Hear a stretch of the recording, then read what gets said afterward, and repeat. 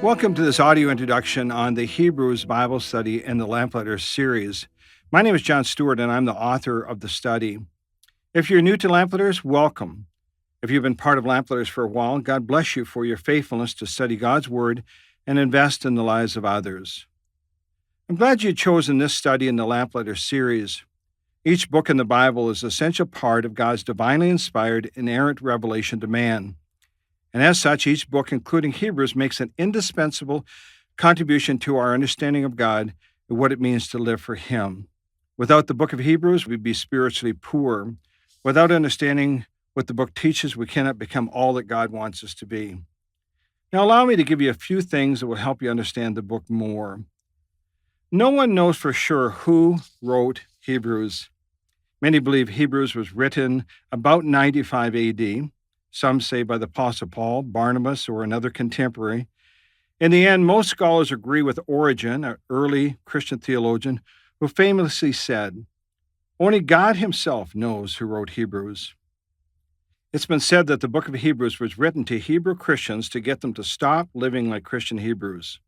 Hebrews was written to Jewish Christians who were facing persecution from their countrymen and who were being tempted to return to Judaism.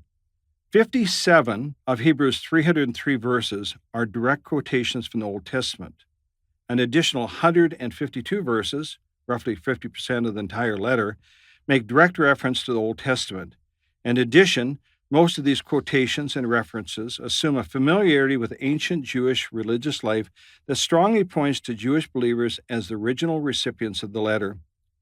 All of this points to a Jewish Christian audience.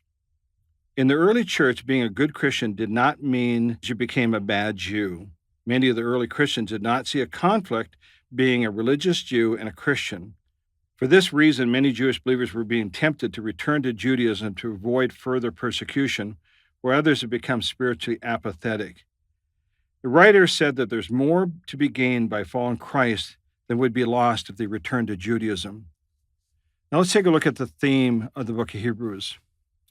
In Hebrews 6:1, the writer exhorts his readers to go on to perfection or completion instead of returning to life under the old covenant.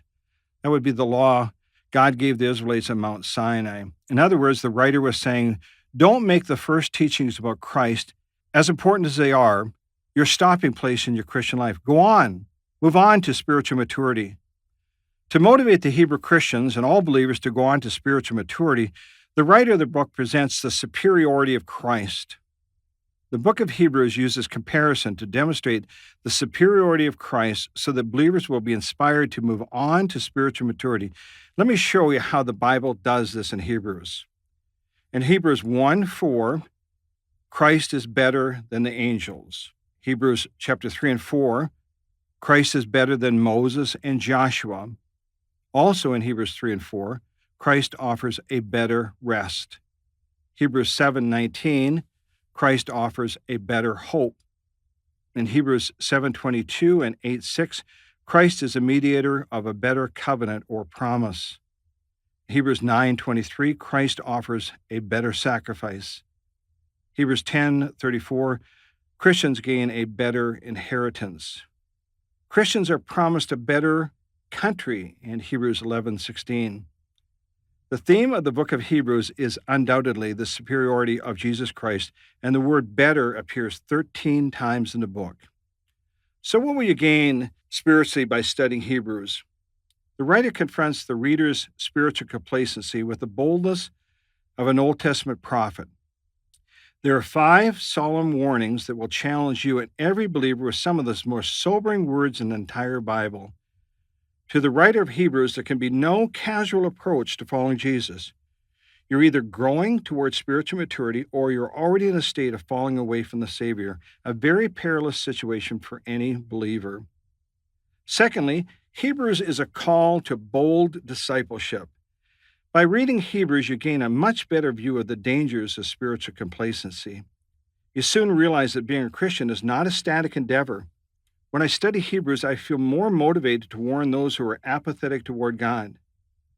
You're either going on to spiritual maturity or you're in the dangerous situation of falling backwards as a Christian and facing the consequences that could be devastating.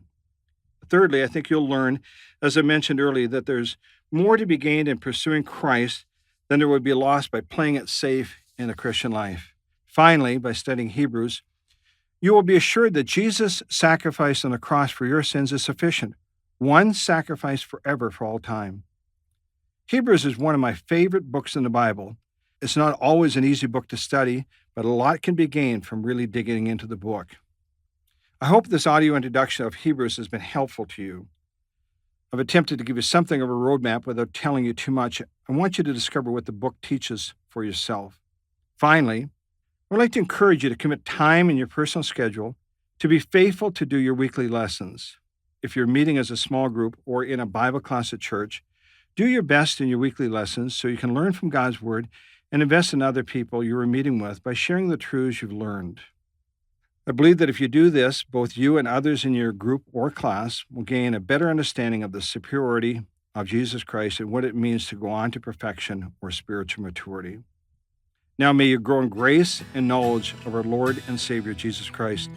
To him be the glory both now and forever. Amen.